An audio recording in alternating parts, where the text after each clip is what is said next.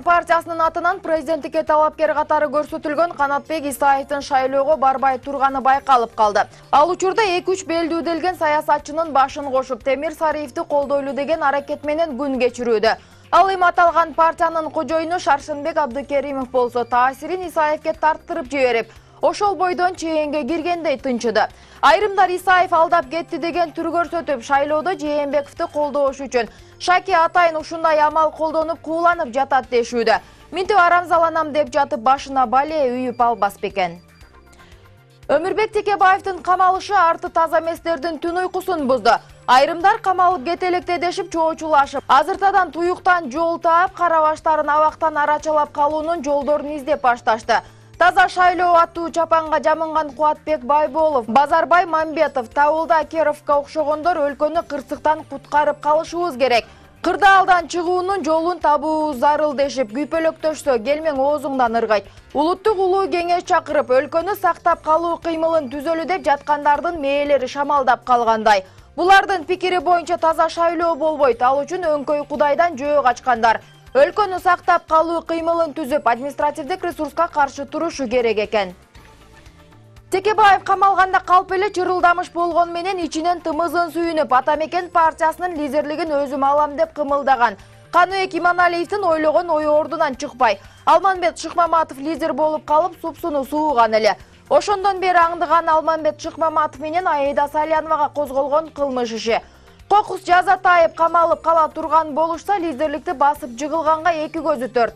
Мындайды сырты жалтырак, ичи калтырак дечү эле. Саламаттыкты сактоо министрлиги медициналык мекемелердеги каржылык текшерүүнүн жыйынтыгында 44,5 миллион сомдук бюджеттик акча уурдалганын жарыялады. Министрлик биринчи жолу ички аудиттин жыйынтыгын ачык жарыялап, министр өзү эң көп акча уурдалган мекемелерди атады. Ал бул жолу каржылык мыйзам бузууга жол берген жетекчилер кызматтан гана айдалбастан, зыяндын ордун төлөтүү чаралары күчөтүлө турганын убада кылды. Саламаттыкты сактоо министрлигинин ички аудит бөлүмү 2017 жылдын 7 айынын жыйынтыгы боюнча пландуу каржылык текшерүү жүргүзүп, медициналык мекемелерди атайын толугу менен иликтеп чыккан. Министрликтин маалыматы боюнча 26 саламаттыкты сактоо мекемесинде аудит өтүп, укук коргоо органдарынын жана жарандардын кайрылуулары боюнча 12 мекемеде атайын иликтөө иштери жүргүзүлдү. Уурдалган акчанын 20 миллион сомдон ашууну дары-дармек, тамак-аш жана медициналык жабдууларды мыйзамды бузуу менен алуу сыяктуу мамлекеттик сатып алууларга байланыштуу экени айтылды. Товарларды жана кызмат көрсөтүүлөрдү тендерсиз сатып алууга байланыштуу 9 миллион 200 миң сомдук каржылык мыйзам бузуу аныкталган.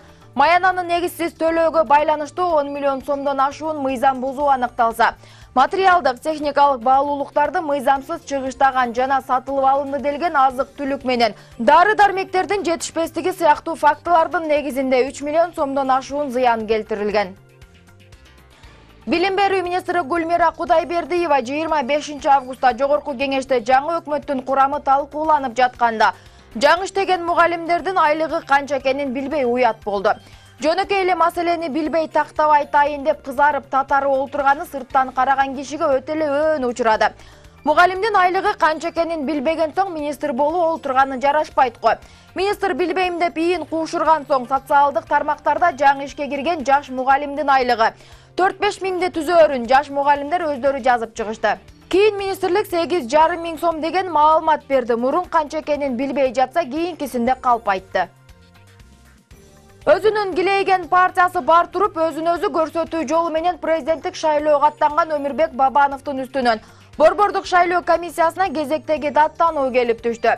Бул тууралуу БШК билдирет. Тактап айтсак, Сокулук районунун Манас айылынын жашоочусу Бабановдун үстүнөн даттанып аталган комиссияга кайрылган. Ал жарандын айтымына караганда Манас айылындагы автоунаа жуучу жайлардын биринде Өмүрбек Бабановдун аты жөнү бадырайта жазылган жарнак илинип турат. Бирок ал райондо ошол эле убакта автоунаа жуучу жайдын имаратында талапкердин шайлоо алдындагы штабы да, коомдук кабылдамасы да жок. Демек андай болгондон кийин Өмүрбек Бабановдун аты жөнү бадырайта жазылып илинип турган көрүнөк бул шайлоо мыйзамын бузуу болуп саналат. Себеби азырынча шайлоого карата үгүт иштери баштала элек. Буга байланыштуу Манас айылынын жашоочулары Бабановго карата БШК жазуу жүзүндө эскертүү беришин талап кылууда. Буга чейин республика ата журттун лидеринин үстүнөн анын атаандаштары Турсунбек Акун жана Бакыт Керимбеков даттанышкан болчу. Бирок алардын даттанууларын Бабанов кулак сыртынан кетирип жаткандай. Шайлоо мыйзамдарын бузуу менен болсо да жеңишке жетишим деген ойдо болуп аткан Өмүрбек мырзанын тизгинин тартып койчу бирөө барбы? Жеңиш Разаков Коопсуздук кеңешинин катчысы болуп дайындалды. Бул тууралуу чечимге президент Алмазбек Атамбаев кол койду. Эскерте кетсек, жума күнү жогорку кеңеш Сапар Исаковду өкмөт башчылыгына бекитти. Коопсуздук кеңешинин мурдагы катчысы Темир Жумакадыров вице-премьер-министр болуп дайындалган болчу. Орун алмашуудан сумма өзгөрбөйт дечү эле, эми кандай болор экен? Улуттук банк берген маалыматка караганда банктар аралык валюта соодасындагы доллардын курсу 0,31% жогорулады. 1 доллардын орточо наркы 68,67 сомго барабар. Евронун курсу 1,45% жогорулап, 1 евро 81,93 сомго бааланды. Рубльдун орточо наркы 1,34% жогорулап, 1 рубль 1,17 сомго бааланды. Теңгенин наркы 0,29% жогорулап, 1 теңге 0,20 сомго бааланды. Иракта жашоочулардан бошотулган Таль-Афар шаарынан Борбор Азия жарандарына таандык паспорттор табылганын РИА Новости агенттиги маалымдады. 28 август күнү таратылган кабарда аталган интернет басылманын кызматкери жеке булактар аркылуу документтерди көргөнү, арасында Кыргызстандын паспорттору да бар экени жазылат. Андан тышкары Өзбекстан, Тажикстан, Кытай жана Судан мамлекеттеринен берилген паспорттор болгон. Документ ээлеринин ислам мамлекет экстремисттик тобуна кошулганын тастыктаган жазуулар да чыккан. Бирок ал кагаздарга эч кандай дата коюлган эмес. Кыргызстандын улуттук коопсуздук мамлекеттик комитети бул маалыматка расмий каттын негизинде жооп берилерин билдирди.